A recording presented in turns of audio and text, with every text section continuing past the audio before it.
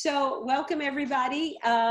This is Jolt's I think third or fourth Zoom meeting during the COVID crisis, and we are given what's been going on in the world. We are in America, particularly, we are thrilled with to have Dr. Stephanie Silvera present today on unconscious bias in race. So we can all do like a little bit of a deep dive within ourselves to Go into see. notifications. All right, so I think I'm just sorry, start. something's going on here. That's my computer. Sorry, guys. Dr. Silvera is, she's a professor of public health in the Department of Public Health at Montclair State University. She's been doing that for 14 years. She's an epidemiologist, and her focus is on social inequality, social inequalities and health disparities. And she teaches courses on social justice, and we are really honored to have her walk us through our own biases today, and hopefully emerge as better voices for fairness and equality, and just a little bit better people after this. So thanks, and I'm going to turn it over to Dr. Silvera. You can put questions in the chat. Please put questions in the chat, and after she presents, or if she wants to break in the middle, we will read these questions and answer them. In the meantime, we ask that you mute yourselves. Okay? Thank you. Hi, everybody. Yeah, I'm Stephanie Silvera. Like you said, I work at Montclair State University. I'm in the Department of Public Health. My academic background is pretty varied. So I actually have my undergraduate degree was in biology. I thought I was going to be a doctor. Quickly realized I did not want to be a doctor, but when you're a bio major, that's all you think you're going to be. I went on to get a master's in nutrition, and my first job as a nutritionist was actually working at St. Joe's Hospital in Paterson for the WIC program. And it was really there that I started to understand sort of the unique nature of structural inequality and how that has an impact on people's lives. And so I wanted to learn more about that. I went and got my PhD in epidemiology. And I've done a lot of my work initially was around diet and health outcomes, but really looking not just at what people eat, but what people have access to and how that changes your behavior. And I would say I was thinking about it. It's been 18 years since I got my PhD now. And every year I would say I started to take a step back from looking at individuals to looking at communities, to looking at neighborhoods, to looking at policies, to looking at systems, and how that really has a pretty significant impact on people's lives. And so what I've done a lot of work on, and one of the courses that I teach now is looking at race. And so I teach a course on race, racism, and health. And, you know, we really do this pretty deep dive into what does it mean. And so tonight we are going to talk about race. We're going to talk about racism. And I will give you a warning. This is probably going to be a fairly uncomfortable conversation at times. And I hope that you're okay with being uncomfortable, because that's actually very important. We know that most of our learning happens when we are pushed out of our comfort zone. And so, you know, when we go into this, if you are feeling like you're getting your shoulders up, or, you know, you're starting to clench a little bit, what I'm going to ask for you to do is, before you react, sit with that feeling and think about why what I'm saying bothers you, right? So is it a factual thing that you want to say, I don't believe that's factually true? Or are you reacting to it because you feel uncomfortable, because maybe it's pointing out a bias that you have that you didn't think you had, or it's pointing out a privilege that you have that you want to, you know, push back on, whether it's earned or unearned. So let me advance. I don't know where these, are you guys seeing these lines on my screen? Yes. Is your kid drawing on them? No, I have no idea where that came from. So give me a moment. I'm gonna, yeah. That is really weird. I'm gonna try to just close out for a minute. So. You might be getting Zoom bombed. It's possible considering the topic. I wouldn't be surprised. Okay, starting over again. So I like to use this analogy of an iceberg. And so when we talk about race and racism, most of the time what we're doing is we're talking about the tip of the iceberg, right? So what we call personally mediated racism, the act of I do something to you or you do something to me, and somebody is, messing with my slides. So we're gonna try this again. There we go, right? And so the problem with personally mediated racism is that it only deals with the tip of the iceberg. It's not dealing with all the things that underlie what we deal with day to day. And I like to use the analogy, if anybody has seen Titanic, you know that it's what lies beneath the water that is the most dangerous. That's what really gets you. And so in order to talk about racism, first we have to come to at least a basic understanding or at least an agreement on the terms that we're going to use. For example, what do we mean by race? So most people think that we know what is, right? They're really pressed to say what is race. We tend to fall back on, I don't know, I know it when I see it, or we'll use terms like race is Black or white or Asian or Hispanic. But we don't tend to discuss is that race isn't real, right? And that can be jarring because we tend to look around and we're like, well, I see it, so it has to be real, right? So what am I talking about? So this is something that I do in my classes, and I ask my students to take a minute to look at these 20 faces and to try to think about how you would categorize each of these people by race. So would you say that they are Black, white, Hispanic, Native American, or Asian Pacific Islander? I'm just gonna let you guys sit with this for a brief minute and see, just on your own, think about who can you categorize, where would you put them?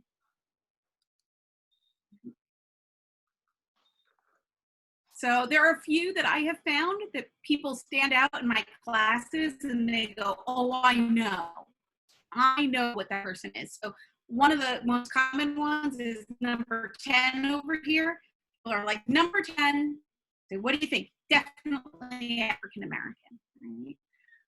Or, number 1, that's another one that people tend to think they are. So I'm gonna tell you, this is based on how these individuals identify.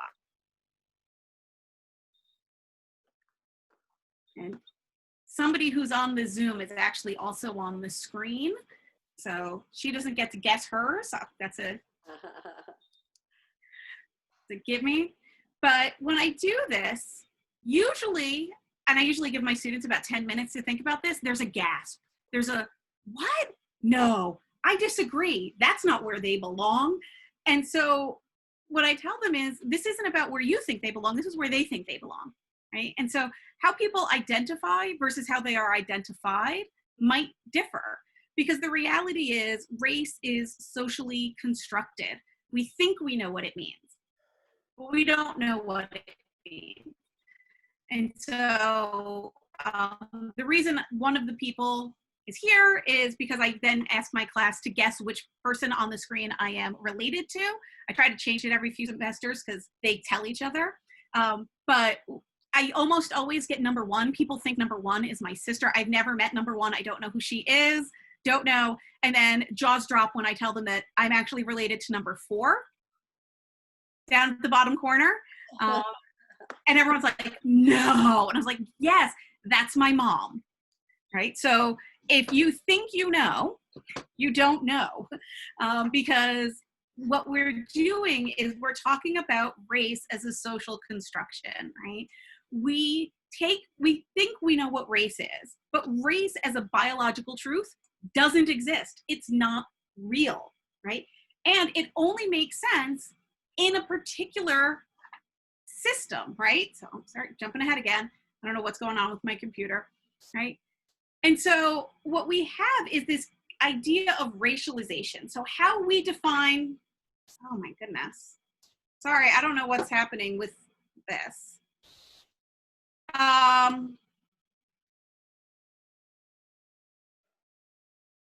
Give me 1 minute, I'm gonna try to do a thing, which might help.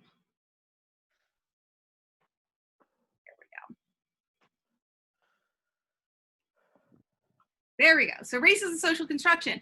What I mean by that is it actually only makes sense in a particular system. Right? I don't know if my screen stopped sharing, so I'm gonna go back. I don't see the presentation. I'm sorry. So hopefully it's back. Can everybody see it again? Good. Oh, Hopefully yes. I fixed it. Okay. Technology is great until it's not. So race is a social construction, which means that it can't be taken out of its social setting. So how we define race in the United States is not how race is defined in other countries. Right? Race in the United States is a very specific and peculiar system. You can take myself, for example, and put me in another country, and I would be described differently in terms of racial categories. It is durable, but it also changes over time. So our very first census, you were one of 3 races. You were white, you were black, or you were mulatto. Right? Our current census, for those of you who have completed it, and everybody should complete it, please complete your census, you will see that there are the categories of race, the idea of being able to pick more than one category, being able to pick Latinx as an ethnicity separate from race. These are things that have evolved and changed over time, right? And so when we think about race as a social construction, what we're saying is it's not biological. It's not based on biology. It is essentially what we call an essentialization. So race as an essentialization means that there are certain social or cultural characteristics or constructs that are rooted in actual biological or essential truth, right? So if we are saying that we're going to base race on skin color, the selection of skin color versus eye color versus height versus hair texture, right? That's the social construction. But by linking it to something biological, right? Your phenotype, how your body expresses or develops melanin and how much it shows, right? That's biological. The problem becomes when you link those phenotypes to personal characteristics, right? And that did not happen by accident. So this happened through a process called racialization, which is the process of not just creating the racial categories, but then creating socially defined racial categories based on hierarchy of social privilege, right? And it's the idea that we can somehow use biological markers of culture and of behavior and of experience. And that's where race becomes problematic, right? And in a racialized social system, all the hierarchies are affected. And we'll talk a little bit later about something called intersectionality, which has been around for quite some time. Kimberly Crenshaw coined the term, but it's the idea that you can't take one piece, right? So the hierarchy of race overlaps with gender, which overlaps with ability status, which overlaps with your religion. And so there's this complex webs of hierarchies, and depending on where you are, you have more or less privilege. And there are individuals who therefore become what, I don't love the term minority, but we call multiple minorities, meaning you have multiple hits against you in this social hierarchy, right? Race has been historically seen as biological, and therefore it's accepted as scientifically valid. And when we present data based on race, it's somehow, we tend not to talk about the social aspect of race and why some groups have more or less wealth or more better or worse health. We link it to biology, except that we know that there is less, that there's no one gene that separates everybody from one race from everybody from another. It is not biological. And the racial categories that we use today were sort of codified about 200 years ago by a German physician, Johann Friedrich Blumenbach, who said, basically used physiognomy, so cranial structure, and skin color to categorize people into one of 5 races. So they were black, white, brown, yellow, and red. So black being black, white, yellow was Asian, brown was called Malaysian, so the Malayan, Malayan, not Malaysian, and red was quote unquote American, which was actually referring to the indigenous population of the United States.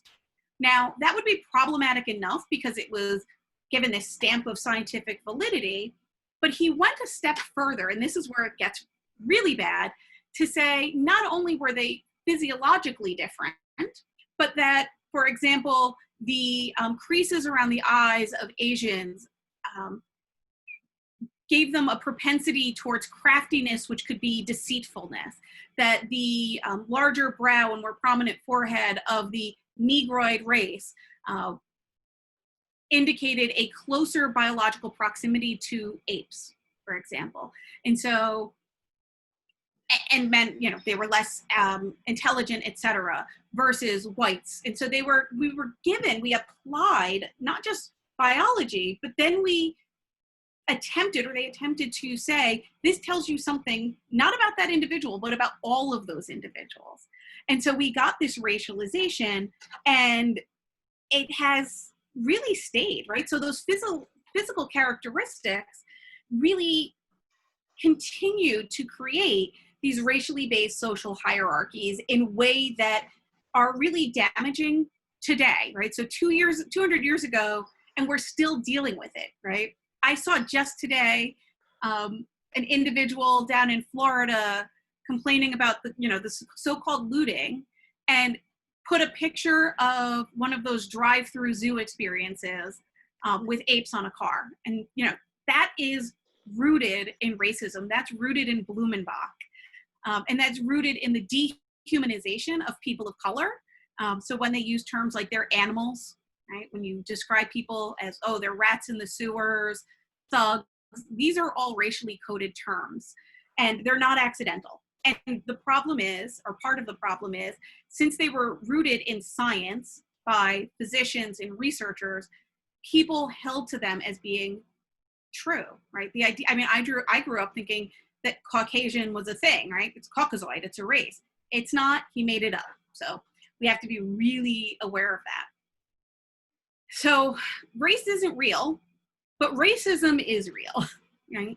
So you don't have to have one to have the other. They're related, but racism is the framework for how we interact, right? It provides a social framework. It's the mechanism which prescribes how social, political, and economic interactions take place. And it doesn't exist without us buying into the reality of those racial categories, right? So if we agree that there are different races, then we are buying into that social framework. Interestingly enough, however, it's a highly autonomous system. Once it's there, we don't necessarily have to do anything actively to maintain racism. As a matter of fact, doing nothing maintains racism, right? So neutral allows the social framework that has been historically determined to continue. So if we're not actively working against it, we are allowing it to continue, right? And it permeates pretty much every interaction that we have. So there are a lot of forms of racism that those in the dominant social position tend to be unaware of, right? And when it's pointed out, people tend to be really unwilling to explore it.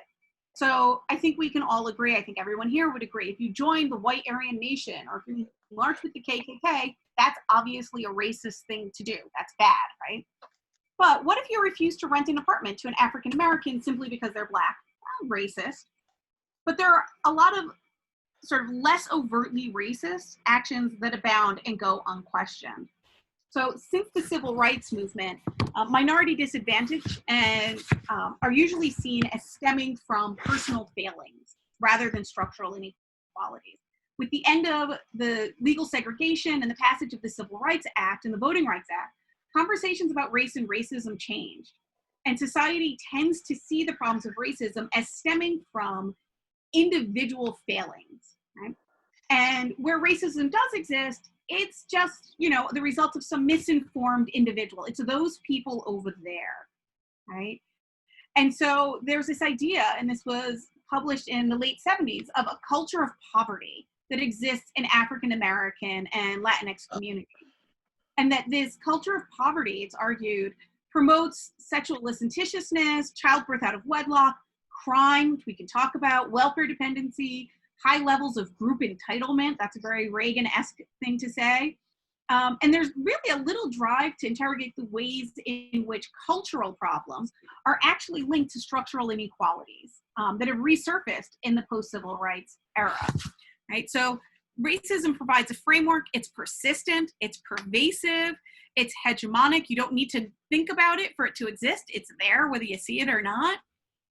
And it works in a way to obscure its true form and function. So whiteness is not questioned, otherness is. Whiteness is normative.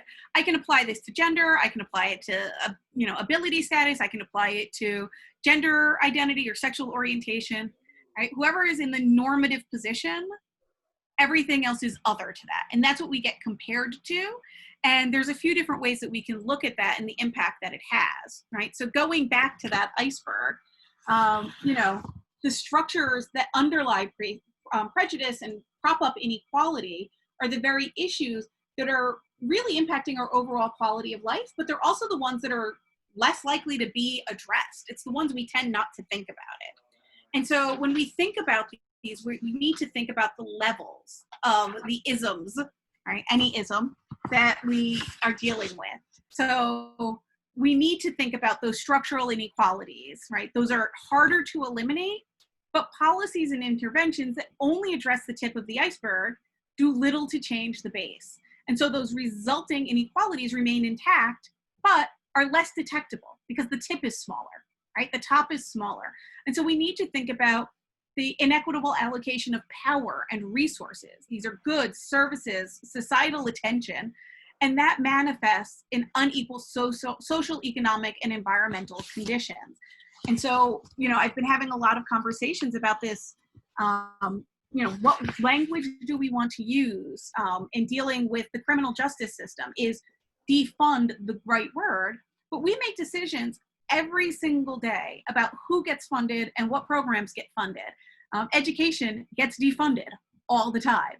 So this is about what political will do we have to make real changes that are going to have an impact on the bottom of the iceberg and not just chip away at the top so that we feel better. That's not the goal. And so we need to think about policy to address structural inequality. And I will challenge everybody when you're thinking about policy to think about, does this policy actively work as an anti-racist policy? Because if it is neutral, it is maintaining the status quo, which is inherently racist.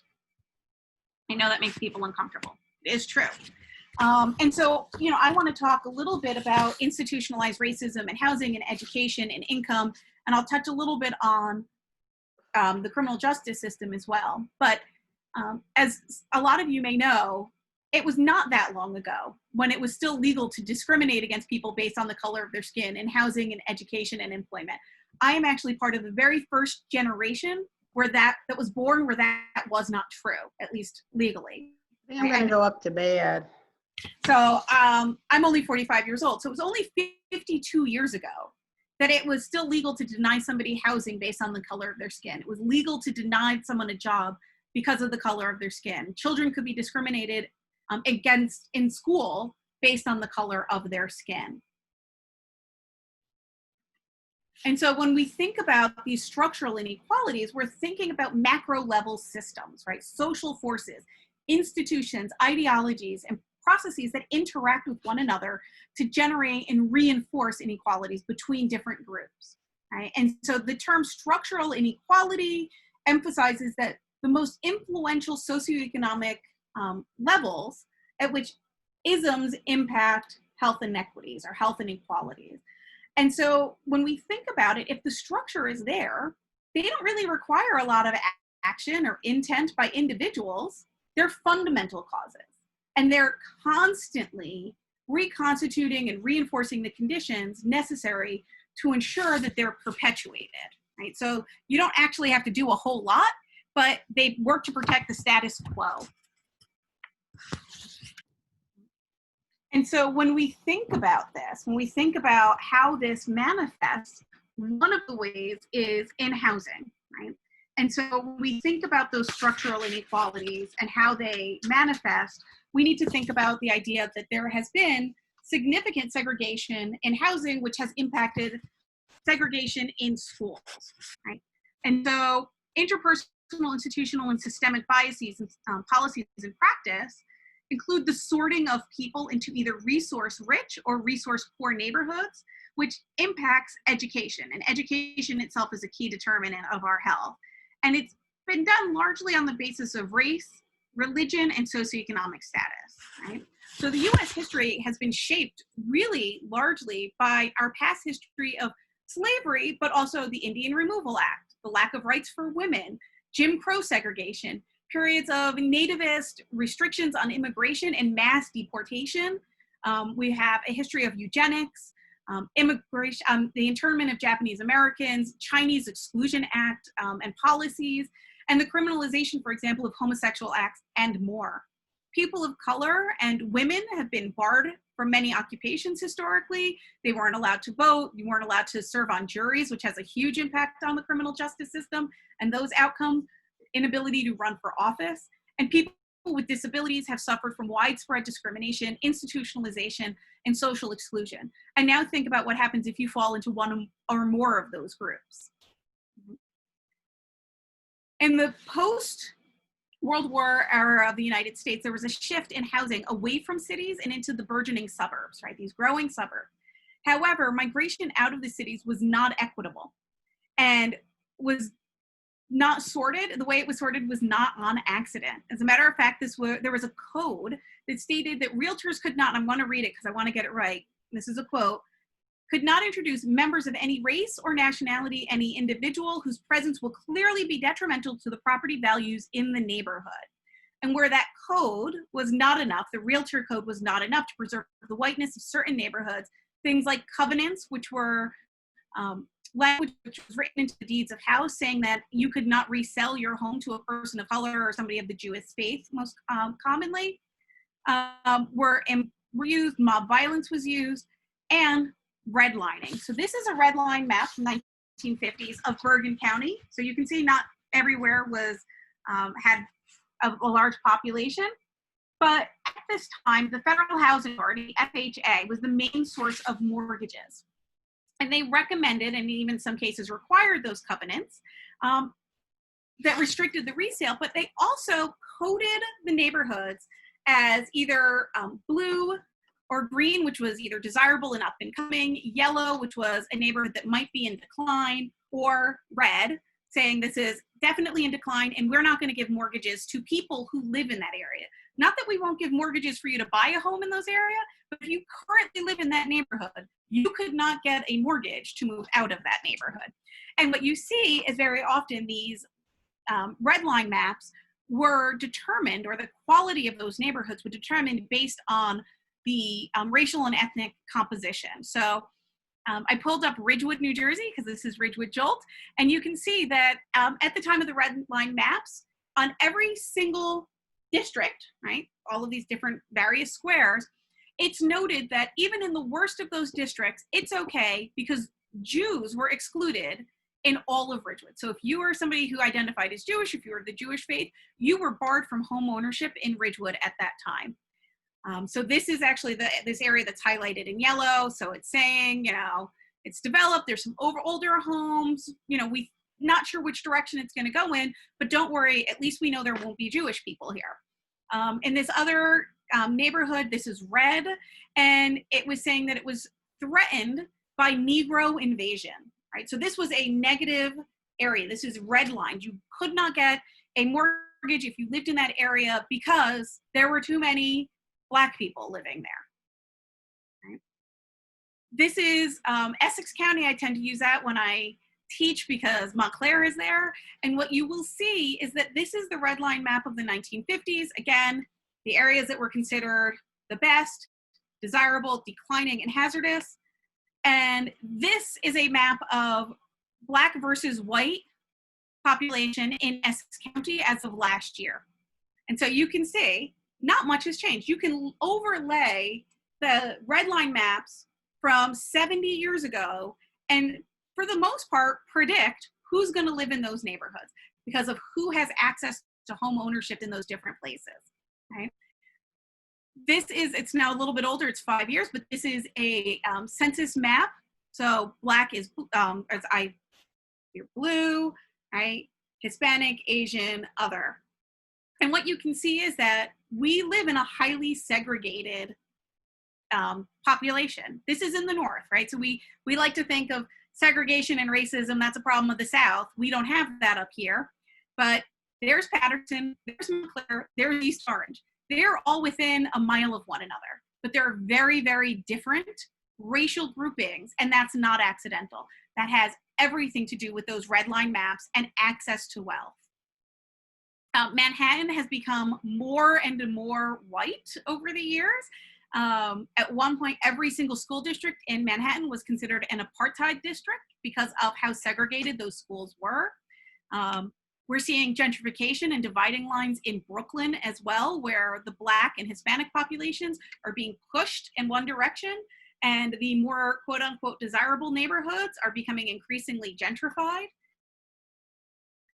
And why does that matter? Like, so who cares, right? So we live in different groups. Well, one of the big issues with this is that this has an impact on wealth.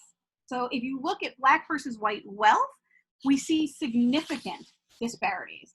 So for example, this was from 2010, it hasn't changed very much. You will find that for every dollar of wealth that whites have, Black and Latinx individuals have just 6 cents. So they own 6 pennies for every $1.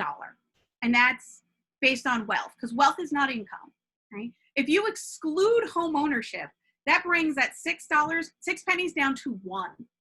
If you look at the intersection between race and gender, it's actually even more appalling, right? And that's because people of color were not just kept out of the housing market, they were largely kept outside of the economic class system entirely, right? So you look here, and I want to note, for those on the call, when we talk about Asian and Latin or Latinx, these are aggregated data.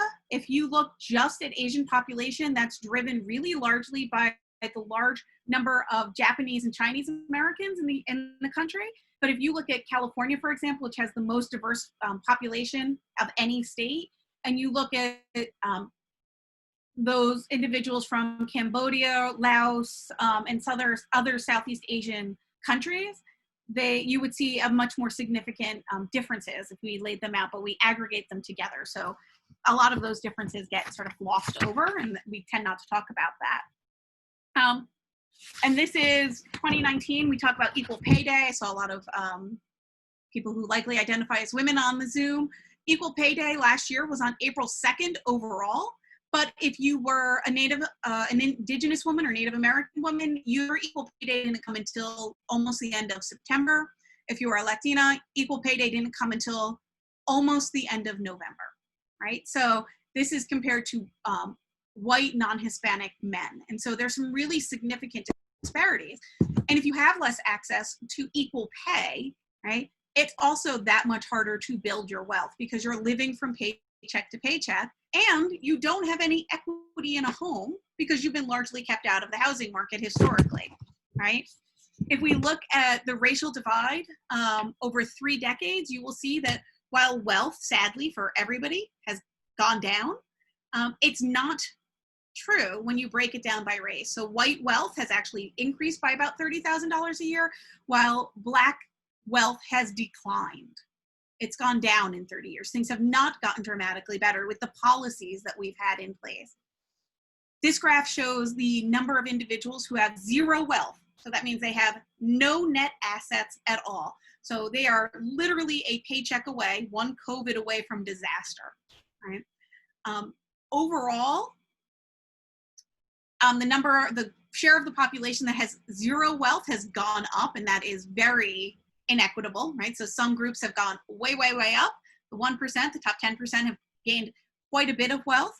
The lowest 20% has actually gone into negative, so they actually have a negative net worth.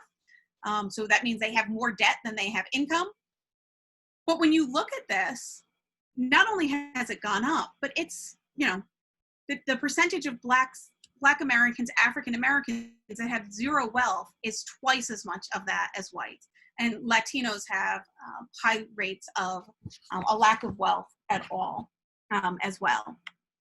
And so what we find, because of this sort of, being barred from home ownership historically, or being pushed into neighborhoods that are more resource poor, and don't have access to jobs in the same way, for example, and don't have access to transportation. If you're interested in learning more, I would point you to, there's research on Atlanta's public transportation system, which has consistently pushed against having public transportation that goes into Atlanta from the suburbs, because there is an idea that doing so will subsidize and provide opportunities to Black individuals and people of color that they feel are undeserved because they're just not working hard enough, right? And so even today, Black middle-class individuals are more likely to be living in lower income neighborhoods than in middle income neighborhoods. Discrimination still happens in subtle and not so subtle ways we think about when we think about racism, but these are built on a solid foundation of historical structures of inequality, right? And what we know is that neighborhood income and racial composition are often the best predictors of toxic waste sites, of those Superfund sites, and that low-income neighborhoods are home to companies who are most likely to pollute the air and the water. And so this means that even well-educated middle-class families of color are more likely to be exposed to hazardous environmental conditions. So if you're interested in the environment is also a race and class issue, right? So environmental justice is really significant and needs to be addressed, right? And this speaks nothing to the fact those same well-educated individuals of color are less likely to be hired for jobs that they are well qualified for. And when they are, they're paid less. So this is a slide that I showed in my class, and nobody ever believes that it's true, but it is, right? So if you look at this, for those of you who aren't data geeks like me, the dark bar are individuals who have a criminal record. The light colored bar are people who do not have a criminal record. In this case, they were looking at felony convictions, and they provided this information on their application, and then they wanted to look to see who was called back. So, not surprisingly, if you have a felony conviction, you are less likely to be called back for the job. Okay? So, we can talk all about the prison industrial complex and how that maintains segregation and a lack of access to wealth and all sorts of other problems. But if we just put that part to the side for now, here's the interesting thing. If you are a white, and this in case it was men, if you are a white man with a felony conviction, you are more likely to get called back for a job than a Black man with no criminal record. Right? There is only a 5% chance of being called back for a job if you are a Black man with a felony conviction. So if we're saying that our criminal justice system is about reform, and we're going to help them get jobs so that they're less likely to go back into communities of concentrated poverty and get sucked into the same system that puts them at higher risk for doing criminal activity, we're not doing a good job of that at all, right? And we can talk another time when we have more time about how crime is socially constructed just like race. So what we consider to be a crime is divided in ways that are discriminatory. And so the realities are that individuals who live in communities of color also tend not to have access to the same level of quality education, because our education system is driven and funded by our tax base from homeowners' taxes. So if you have communities that have been blocked out of the housing market, there's less funding available for those school systems, and then it perpetuates. And even people who are able to break out of that and get jobs and get an education tend to be less likely to earn the same amount and are therefore less likely to be able to own a home. If your parents owned a home, that means they had equity that may have helped you to purchase your first home. And there's a transgenerational transfer of wealth that communities of color, because they're losing wealth, are less likely to do, which means that every single generation has to start from the baseline all over again if they're not already starting in debt, right? And so I talk about health, but this and our jobs have an impact on access to health insurance, for example, right? So about 56, just over half of Americans still, or individuals still, are insured through their employer. And so the Affordable Care Act helped to fill in some of those gaps, but not all of them. There's still about 27% or 27 million people who are uninsured. and almost 16.5 million are employed, right? So think about that. Of the people who are uninsured, half of them are employed. And the majority of uninsured individuals in this country are people of color, right? And so when you look at that, it affects everything, right? So life expectancy has increased dramatically for everyone since the early 1900s, but Black men in particular continue to have substantially lower life expectancy at birth than Black women and white men. And what often doesn't show up on this is that Indigenous people, particularly Indigenous men, have the lowest life expectancy of any racial or ethnic group. And they tend not to be included in the conversation, which I think is a real shame, and we need to do better and do more. Black women are still more likely to give birth to low birth weight and preterm infants than their white counterparts. And that's even when we take into account age, education, prenatal care, and diet, right? So even when you take into account all the things that you think would increase risk for preterm delivery or low birth weight or infant mortality, there's still a racial component to it. And there's some evidence now that your lived experience with racism and the impact that that has on your circulating cortisol levels and your stress levels actually triggers preterm delivery. And so it's not just about don't stress out the pregnant lady, it's about don't stress out women of color for the entirety of their lives, because it puts them at greater risk. And if you're starting your life as low birth weight, preterm, you're already starting with health conditions which may manifest and continue throughout the rest of your life. And then thinking about a life course perspective, put you at greater risk for more adverse outcomes, right? And again, going back to the maps, if you map current life expectancy, you see the same pattern with those maps. In those areas that were deemed undesirable and marginalized, they have lower life expectancy, sometimes by as much as 25 years compared to the communities that were considered best. And you can map that over things like room visits today. Right? They map 70 years later. It hasn't changed, right? And so, what we tend not to see and therefore talk about is how we got here and then what can we do to fix it, right? And that's, I think, what we're all here to talk about, right? And to get better at. So without understanding the reality, that non-whites have been historically categorized as other, and particularly for immigrant groups, not quite as American or not like us, we can't begin to have an honest conversation about race and institutionalized racism and the impact on the outcomes, the multitude of outcomes, right?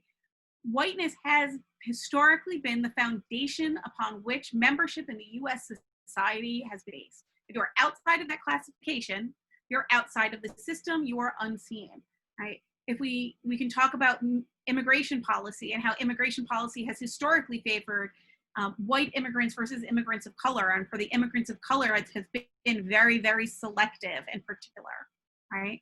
If you're ignored by the social and political systems of overlapping and interconnected hierarchies that not only advantage some over others, but that really dehumanize whole communities, we cannot make progress. And so, especially in the times that we're living in right now, when you're listening to the media and they're using terms like thugs or animals, right?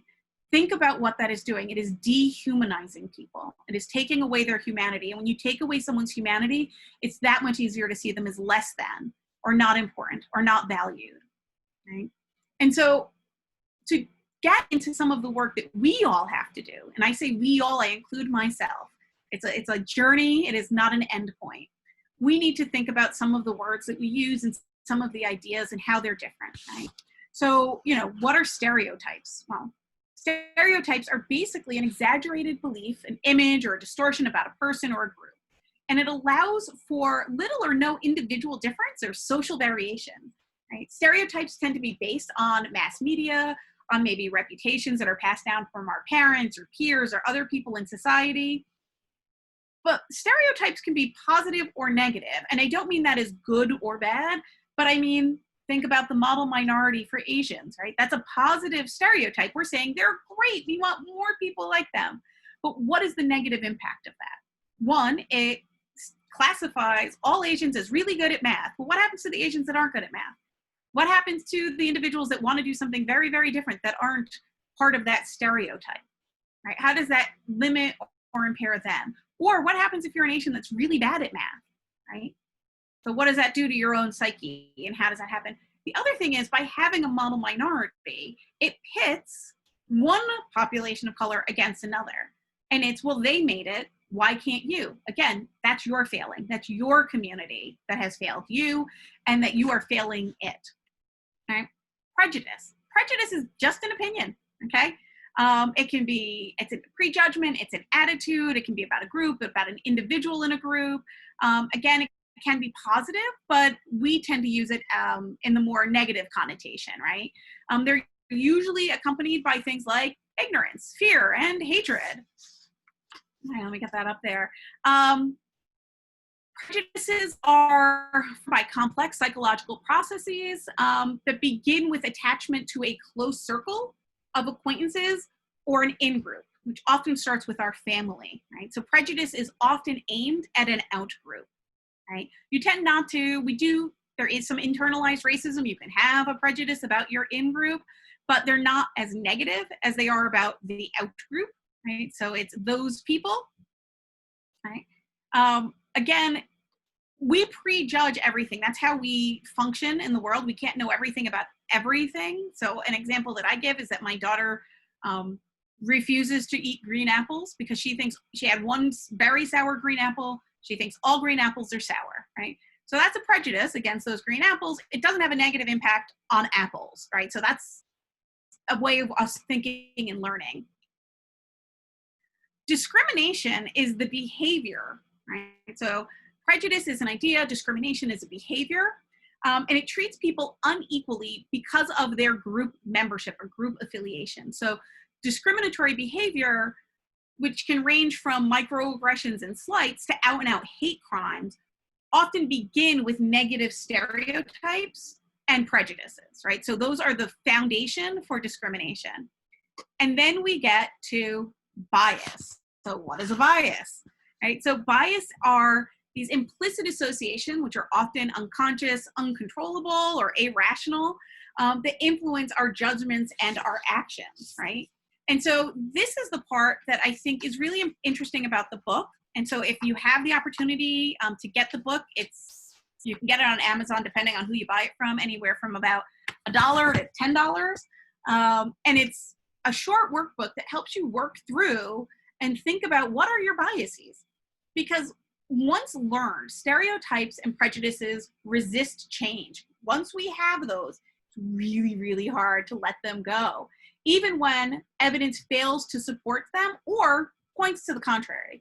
People will really, and I think you'll find if you talk to some people now, we embrace anecdotes that reinforce our biases, but disregard facts and experiences that contradict them. Right? So that's really the basis of the statement of some of my best friends are, fill in the blank, right? That captures our tendency to allow for some exceptions while not changing our biases that really underlie our behaviors and our thoughts.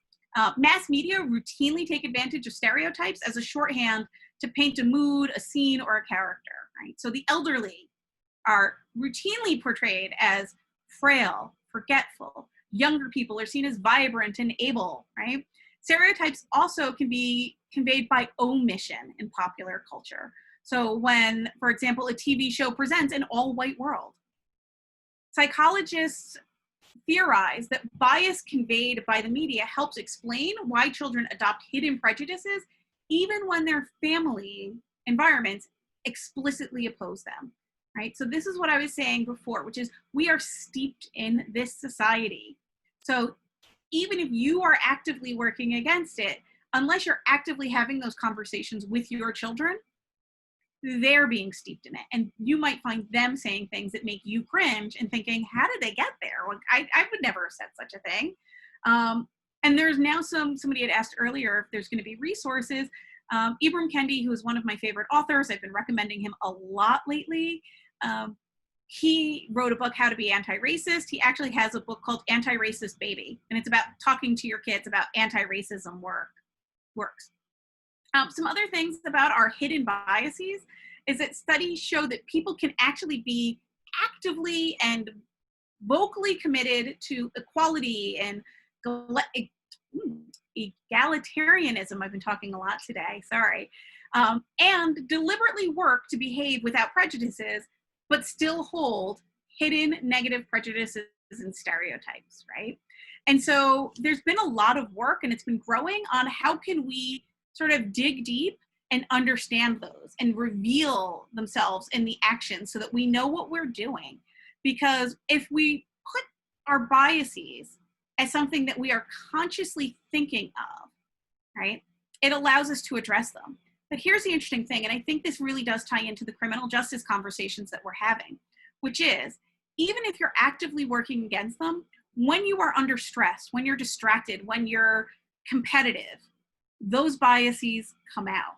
So the idea that, you know, a law enforcement officer, right, has never ever used a racial slur and they've been actively anti-racist in a lot of ways, if they've been steeped in a culture that says Black men are dangerous, when they are in an environment of stress, which their entire job is, they might act on that in a way that might seem wholly out of character for who they are, right? Which is why I really want the conversation to not be about, are cops racist, but how is the system racist? And how do we work to change the system, right?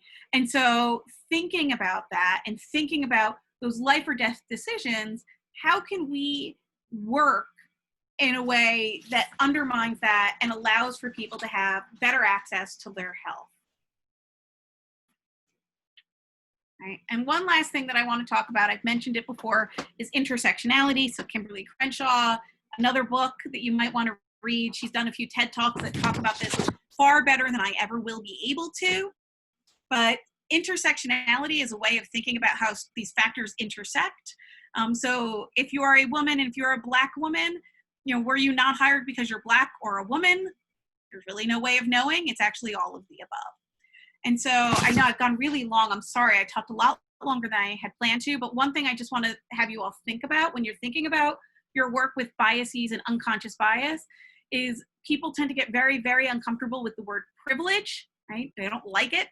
And so we have to think about, we all, again, myself included, have earned privilege and unearned privilege. I did nothing to earn the home I grew up in, other than I was lucky enough to be born into it, right? That gave me an advantage over people who were not born into the suburban neighborhood that I was born into, right? I did not have developed disabilities. I do not have any acquired disabilities. I might be in the out group for religion, right? Or the in group for socioeconomic status, or sexual orientation, or gender identity, or indigenous heritage. So this idea, this addressing framework really looks at that intersectionality, because some of us are in the in group, that power majority, and some of us are in the out group. And thinking about all the different ways you are in the in group versus the out group, and whether or not that has given you unearned privilege, right? You might have worked very, very hard, but so have other people who have had fewer opportunities and who weren't called back simply because of the color of their skin. And so when you're doing the work, I really do like this book because I think it can be applied to a lot of different behaviors or biases. But one of the things that she asks you to do is, over the next couple of weeks, when you encounter somebody who's from a different group, whatever that group is, it doesn't have to be race, write down the first thought that comes to your mind, right? And then look back at the book, and she has what's called the bias ID test to see, well, do these thoughts qualify as biases, or why not? And then think about how you might have either had a prejudice or a stereotype or discriminated against somebody in your past experience based on this new understanding of your unconscious bias. And once you do that, it's not enough just to go, oh, yep, I have the bias, I'm done.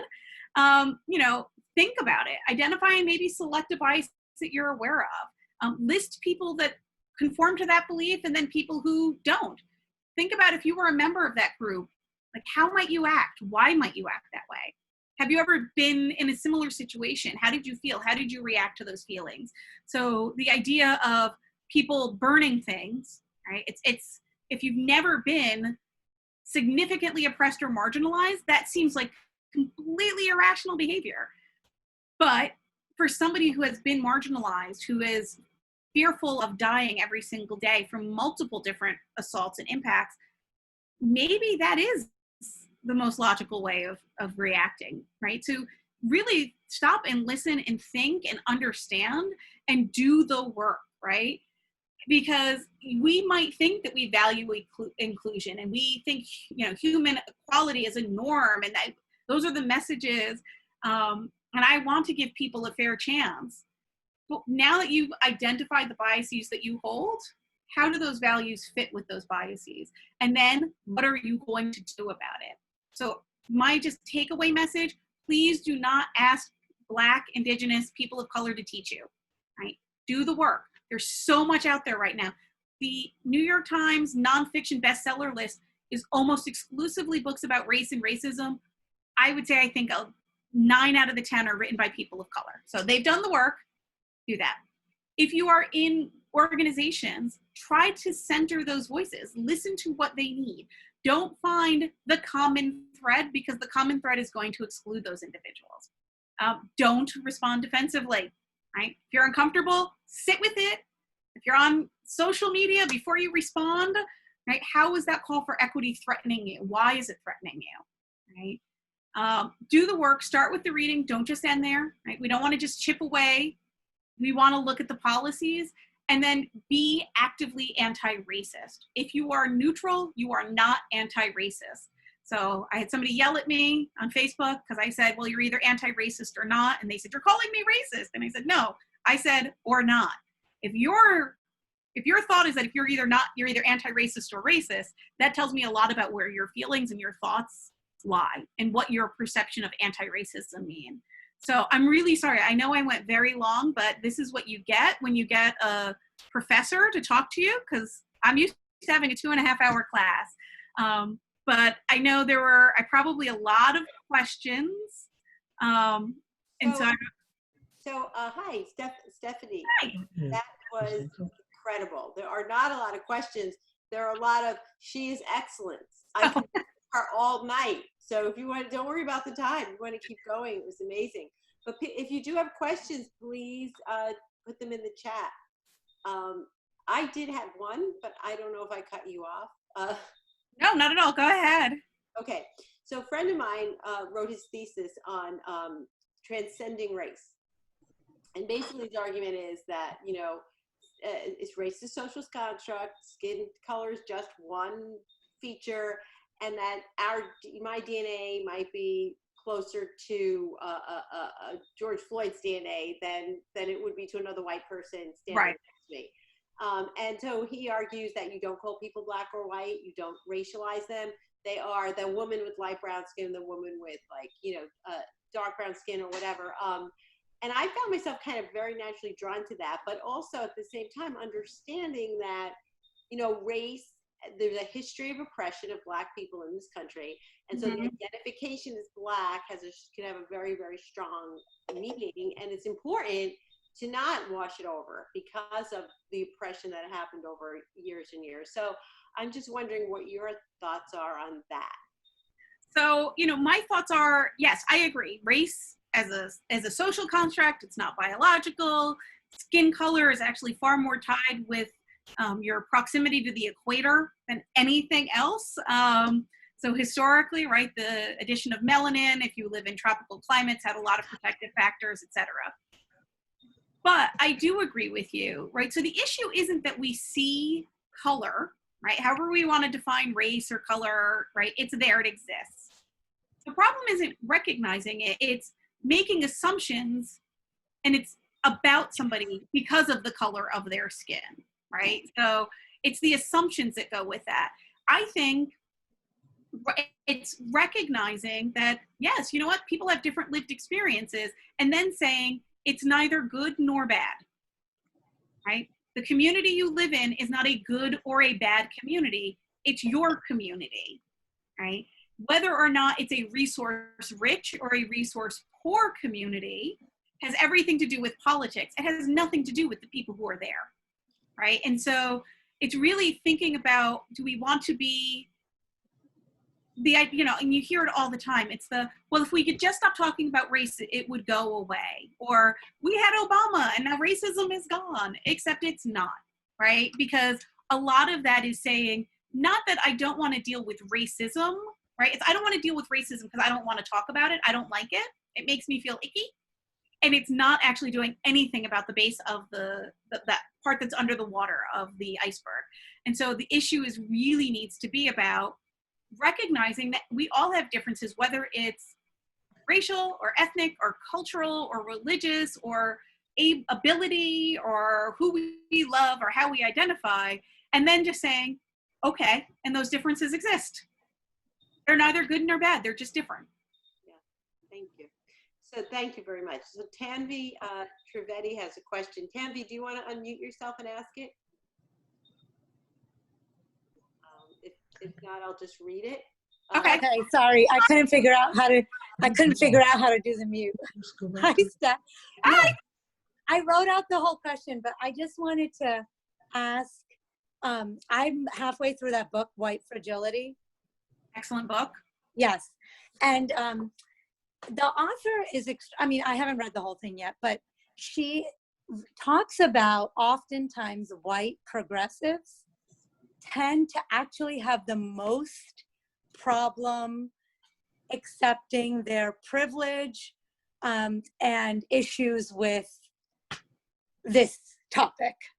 And she said many times she's found, or she, talks about it, that it's because they get defensive about their viewpoint. Maybe, well, I'm progressive. No, I have, I'm the enlightened one. And I, as an Asian American, I find that before I was reading this book, I found that, maybe I would have gotten defensive, or maybe would get defensive. So what are your thoughts on that? So I love Robin DiAngelo. She's fantastic. Yeah. And I do think, especially of people who are progressive and are like, I'm enlightened, being called out on, pardon my language, being called out on your shit, makes you uncomfortable, because you're like, I'm doing all this work and now you're telling me it's not enough. Like, right? And, when we talk particularly about crime and criminality, a lot of the history of lynching in this country, for example, that is really largely aimed at controlling Black men, was based on this huge fear that Black men had these irrepressible sexual impulses, particularly oriented towards our very frail and fragile white women. So it works into that sort of feminine fragility, which is also a misogynistic and sexist way of thinking. So they all get sort of wound together. But I think that really is when I say, like, if you're feeling uncomfortable because you're getting called out about something, maybe just sit with it, right? Don't yell, don't argue yet, sit with it, read a little bit more, and think about, well, maybe there's an experience that I haven't had. And I think everybody needs to do that. The other author who I think does a really great job of discussing this, and just over a year ago, I was lucky enough to have her come to campus, was Ijoma Oluo, who wrote So You Want to Talk About Race, which, if you want to add to your book list, also incredibly accessible, really wonderful book that talks about where are our blind spots, right? Like, what do we think we know and what do we really know? I was on a Zoom doing a guest lecture just before this for a class where I talked about we also have to all understand that the history we taught is not the full history of the United States, and that some people have largely been left out, that our textbooks, the textbooks that are used in New Jersey, are determined by the state legislature in Texas, which is where most of the publishing houses are. So if you want to know more about this, or if you want your kids to know more about this, don't rely on your school system. Now, some schools are saying, we want to use Kendi, or we want to use Aluo, or we want to use Payne to talk about these things, right? Or there's Ortiz, who just wrote this wonderful book about, it's called The Black and Latinx History of the United States, right? Stamped from the Beginning is another great book. So, I think this is an area where if you really want to know, this is the time to put in your work, right? And I think a lot of the questions and a lot of discomfort that people feel, you can actually address that by doing some of that reading yourself before you ask somebody who has been historically oppressed to explain it for you. Yeah. Because they're exhausted. Yeah. exhausted right now. Thank you. Thank you. Good to see you. You too. Stephanie, somebody's commenting on the thread. Why are there no men here? Oh, Robert, My husband. give him a shout out. I see two. Hi. Hello. Yeah, and I just want to give a shout out to Nitty because she connected us with you, Nitty Mystery. So thanks, Yes, Nitty. she has been asking me to do this for a while now, so. Well, bravo. Great job. Anybody else have any more questions for Dr. Silvera? What's this? Can you remind us of the textbook companies that offer more realistic history? So I don't know if there's specific companies. I will say there are particular authors. So give me 1 second. I'm going to look up the last one because I want to make sure I get his name correct, the first name. And this is why I have Goodreads because I can't remember anything anymore. So everything goes into my phone. Give me just a minute. All right. So let's see. So Paul Ortiz. Ortiz. He wrote and I can send this to Neethi and she can maybe share it with everybody. I can give you a book list. So he wrote an African American and Latinx history of the United States. That's a really fantastic book. Ibram Kendi wrote Stamped. So he has two versions. There's Stamped from the Beginning, the definitive history of racism in the United States. And then he co-authored with Jason Reynolds, a young adult version, which you can't get right now. It's completely sold out, but if you can get an ebook of it, Audible. It's the young adult version of Stamped, and it's incredible. My son, who's 14, is reading it. I think it's great. It's also great for adults if you just want a quick, easy read. How to Be an Anti-Racist is a great book. And also, read some of the, read Audre Lorde, read Angela Davis, read, what's the book I'm thinking of? Ralph Ellison, Juneteenth. Like, there's a lot of really great books, and there's a lot of this circulating on Facebook and social media. But it's really, there's a lot out there. Even Howard Zinn, The People's History of the United States, is great. The 1619 Project, I just looked. 1619 Project on the New York Times is still out there. Read it. Another one, it's literally 1,200 pages, so don't take it on unless you have a lot of time and energy. But The Power Broker is really fascinating. It talks about, how policy and politics and who's in power and who isn't influences who has access to different services, right? So transportation policy is not race neutral. Neither is city planning. Can I request that maybe you send that list? I don't think we're able to get all of those down in our head. Yes, you will. I will send out the list. And then if you want to, I just happen to have this one next to me, but this is also a great book called The Broken Ladder. And it's how inequality affects the way we think, live, and die. So it's a clinical psychologist who looks at inequality, and he connects that with race and gender and a lot of other things that are really interesting.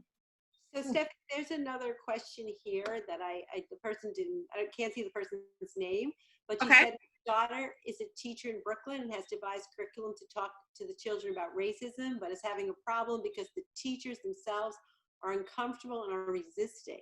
Suggestions for how to reach them. So I think that really this is the time when you have to work with small groups. So if you can, if that individual would be comfortable sitting down and maybe hearing why people are uncomfortable, like, is it because they feel, look, most people aren't trained in this. So you're not going to feel comfortable teaching about it if you don't know and understand it yourself. So is it a matter of, I don't know what to say, or is it, I don't believe in it, right? And those are two really different issues that would then need to be addressed. And I would also try to get buy-in from the community, right? So that helps push that along in a lot of ways. But I think now it's getting harder to not teach it. Julia Dugas has a question. Julia, do you want to unmute and ask it, or would you like me to? Sure. Hi, I can unmute. Can you hear me? Yes. I would like some tips or resources, I guess, Yeah, yeah. on how to talk to and educate family members who hold prejudice and biases. Sometimes the conversations get kind of emotionally driven and heated, and if you have any advice there. So one of a really interesting place to get started is with Harvard's implicit association test. So if you Google Harvard implicit association test, it'll be the first thing that comes up. And I've recommended this to people because it helps you figure out where your biases exist. I don't know if I froze. Sorry. And you can look at this by race, you can look at it by gender, you can look at it by political leaning, they do body type. And I think it's a good way to open a conversation where people can say, here's a scientifically validated test to show you where your biases are leaning. And I think people get really angry. When they get angry, don't keep throwing information at them, right? Because they're into their reptilian brain and they're not here. I think when you get to that, what you say is, why is this making you so angry, right? Understanding where that anger is coming from can sometimes be incredibly helpful, because maybe they feel like you're calling them a racist, right? And nobody wants that. So it can be really hard to maintain your sense of self. And I also stop, right? If somebody's back is that far up against the wall, that's the time to walk away, and then you can come back to it later. Thank you. Lisa D. Thomas also has a comment.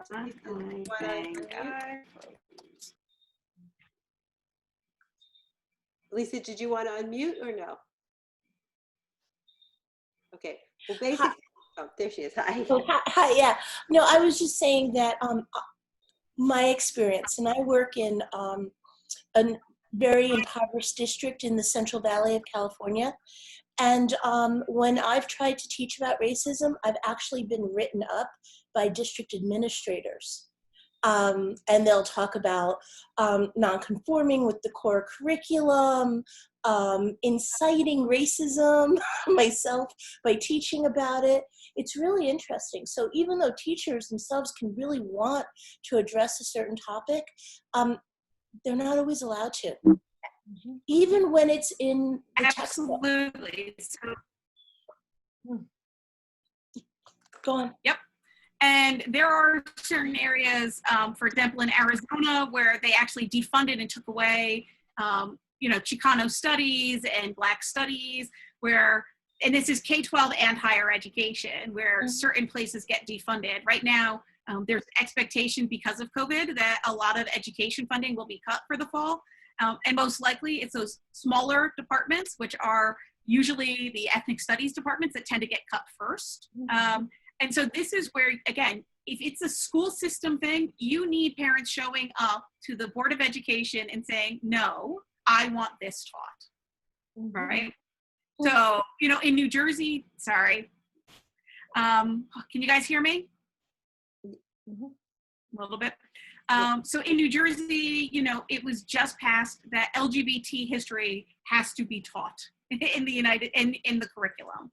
So they've also, a friend of mine revised the sex ed curriculum, which is much more inclusive, but you have to get the communities to buy into that. That change doesn't happen because of a teacher, right? Unfortunately, you guys don't have enough power. Exactly. To just do what you want to do. Now, higher ed, I've got a little bit more because, I'm now tenured and fully promoted. I feel very comfortable saying whatever the heck I want. And I'm luckily in a very supportive department where I said, I want to teach a class called Race and Racism. And they said, sure, go at it, But yeah, I think you need the buy-in from the community. And so, this is where groups like this, right, of community activists and organizers play the biggest role. It's getting people to show up and demand change. Right? And that's a policy issue. right? It's what are we allowed to teach? That's a policy issue. That's structural. Yeah. So that's a great segue for a shout out to, the First Lady who worked so hard to get climate change regulation in the climate change in the curriculum, and now the LGBTQ in the curriculum. So New Jersey's doing pretty well. We're nobody's doing that great, but we're doing pretty well. It's a good moment to give a shout out to everybody here who have been, working as activists, who have been writing postcards to Arizona and to various places just to make sure, change happens. So does anybody else have any more? Yes, question? Yeah. Hello? Yeah. Yes, well, my question, I think it might be a little twofold kind of.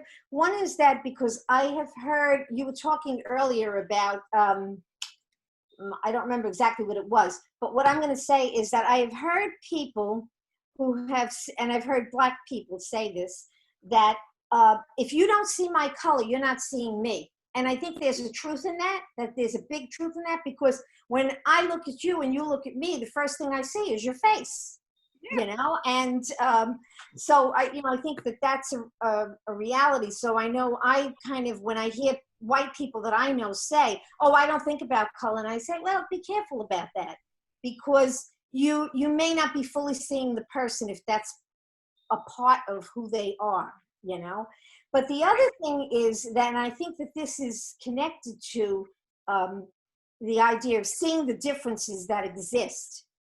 One of the things that I think is that we have not learned as human beings how to live with the diversity that exists among us, and at the same time, have a sense of oneness and connectedness to one another. It might be, maybe there's sort of an evolving consciousness that brings that about, but it just seems to me that, at least my experience in my own church and in society generally, is that we have not learned how to really value and embrace the diversity, and at the same time know that we're interconnected. Could you say something to that? Yeah. So I will say the first part where you say, I don't see color, like that's always to me a big red flag, because it's saying you don't see me, you don't see my experience. And also, there's the behavioral risk factor surveillance system. So it's a survey that's nationwide, random digit dialing every year. And a question that's often on there is, how often do you think about race? And people who self-identify as white usually say rarely or never. People who identify as an individual of color are more likely to say daily, hourly. If you are an African American, you're more likely to say constantly. So if you're saying, I don't see color or I don't think about color, that's because you don't have to, right? It's not, the color of your skin does not have an impact on how you navigate through your day. And so that's a privilege. So I agree. And we need to see color. There's nothing wrong with color, right? And then what you need to not do is say, well, I assume that because I see a particular color, I know you. I know your life experience. I know how much money you earn. I know where you live. I know your criminal history, etc. Right? And so that does go towards embracing diversity. So, one of the things that it's interesting, and this is sort of from the LGBT community, this was about 10 years ago or so, they did this thing and it was called Bring a Gay to Work Day, right? And so it sounds really silly, but it was about this idea that everybody knows somebody who is gay, whether you knew they were gay or not at the time. They're not different, right? They're like, what's the difference? It's who they love, who the hell cares? So what we do know is that in communities that have greater diversity, there are fewer problems with race and racism. They're also healthier. They're more economically healthy, and they're more physically healthy. They're more emotionally healthy. So diversity is actually good, right? But you can look over and over. If you are a person of color, you're actually more likely to live in a more racially diverse community than if you are a white person. And so, you know, this again goes back to that housing discrimination and housing segregation, and how do we break down those walls in ways that are meaningful? Thank you. Thank you so much. Somebody else say something? I'm sorry. I realized that the person with the teacher was Clara Licata. She's coming up as administrator, so sorry, Clara. So again, thank you so much. I think we've kept Stephanie a long time now. So if you can share a list for further reading, like you really, it was very, very well done. And I think we should all unmute and give her a round of applause, right? Yes. Thank you. Very well done. Thank you. That's work to do. Yay. Thank you so much. Thank you so much. My pleasure. It was awesome. Amazing. Thank you to all of you who set this up. Thank Thank you, everybody. need who to. came. Oh, hi, Heather. you. Contact. Bye all. Thank you. Oh, my student. Bye-bye. Thank you. Hi, Jen. Thank you, Steph. Thank So good. Bye-bye. To continue the conversation, Stephanie. We Yeah, probably- definitely. That's what's and gotta happen. I was Yeah. going to say, in addition to the book list, I have some like videos and things that are also really helpful. I can share that as well. I'm happy to do. Can I Share- say something share really away. quick? The more we learn, I think we all think we know stuff, and we don't think we've learned stuff. I read A People's History of the United States many, many years ago. It opened my eyes to so many things, and now it's the more you read how the history of oppression, particularly with regards to Black Lives Matter, particularly with Blacks, when when they were freed as slaves and became prisoners on chain gangs, to their constant systemic oppression. Yep. And then to their characterization as violent and criminals, when in fact this is a race that we have oppressed for hundreds of years. And if they had truly a violent, biological trait, it would have been a hell of a lot more chaos. Clearly, Exactly. I would love to share. I would love to share just a little. I grew up with Stephanie in Maywood, which we did have a little bit of diversity there. A little bit. And then, we all They're went on the call right now, our diversity. Yes, exactly. From Memorial School, Needy and Tanvi, and this is so great to hear. I have lived in New Jersey for 20 years. I lived in rural New York for 20 years, and now I'm in Florida. It is so different from each area. Just coming from something that was, at least I was raised very open to everything. We were cultured going to New York City. My parents, being white people, I don't know, they still opened my eyes to things. And if anyone else has moved around the country a bit and seen how different, I would say, societies within each state or each area is, I had the cat crawl on me. My dog has said, forget it. I mean, I just, Stephanie did so great, and I was very happy to be a part of this. Thank you for coming, Jen. I appreciate that. And I saw my mom showed her video for like half a minute. She was the one on the slide, by the way. Number 4. And I was like, I know who it is. I know. Those of you who know me, there she is, M. Joanne. That's my mom. She was a redhead in the picture, not anymore. Today I'm blonde today. Hi, Jen. Hi. It's good to see you. But no, I think it's great. So thank you all for coming, and I know it's late, and I appreciate you all being here to talk and learn from each other. Hopefully you all continue the conversations. Thank you. Thank you so much. Thank you. All right. This was excellent. Thank you. Are we logging off? Yeah, I turned off the live stream because I figured we don't need to keep that going, but